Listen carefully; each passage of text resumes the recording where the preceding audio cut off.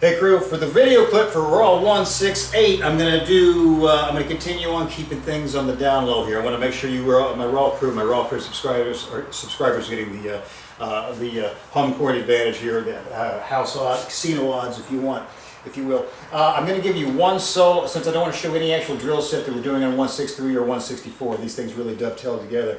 I am going to give one solo exercise to help build up the safety hand that we're using in the choke. If you're following along with the written material, like in our free, check out the Legends archive where we got the two recent articles on this defending against the rear naked choke. We're talking about the hands. What you're doing with your hands is the least of my concerns. It's about hip control and hook control. Now on 164, we do get into some areas where the hands are in play. I'm going to offer you a bar isometric to help build up the hand position. There's going to be three main points you can have in this, of which I'm only going to offer you two. The third one, you smart grapplers are probably going to already figure out, and of course on the raw material we'll show you exactly what's going on, as well as taking it from isometric to a calisthenic exercise to really strengthen it up.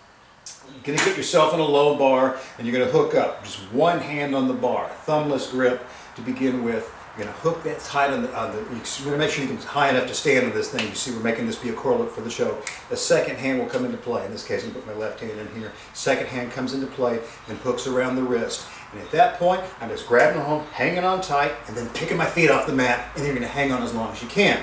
Now, seems easy enough, but I want to make sure this hand is doing exactly what it looks like it's doing. It is just hanging on nice and tight, pulling in here. This hand is not just giving secondary pull pressure here. I'm actually, whenever I hook over the top of this radius and ulna bones here, and I get this thumb pulled across the top here, I'm actually pulling this direction as if if I were hanging onto a bar in this position. I'm rotating the hand this way, and I think some of us can already see what we're talking about. We're putting one-on-one wrist control right here. We know we got to be pulling down on that single arm, and also by adding this little bit of extra rotation in here goes a long way towards popping that short tail apart from the long tail of a choke. That's not going to be enough. That's not going to do it. There's a third thing going on here, and I'm not going to explain it. I'm just doing it, and you may not even be able to read it. Hopefully you're not. That's why I want you to look at 164. There was one more tiny thing going on there. What is it? You'd have to see 164 to guess. Some of you might already be ahead of the game, and that's all right, because that's still not it. All the magic is going to be coming. It's not the hands. The hands are doing very little here. It's the hips